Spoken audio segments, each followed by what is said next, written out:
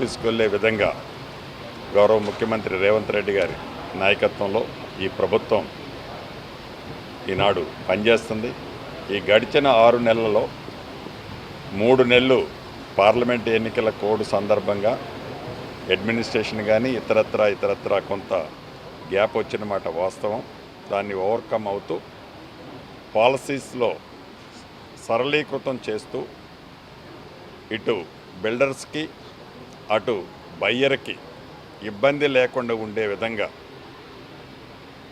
మంచి rules and రెగ్యులేషన్స్ని ఈ ప్రభుత్వం అతి కొద్ది రోజుల్లో తీసుకురాబోతుంది.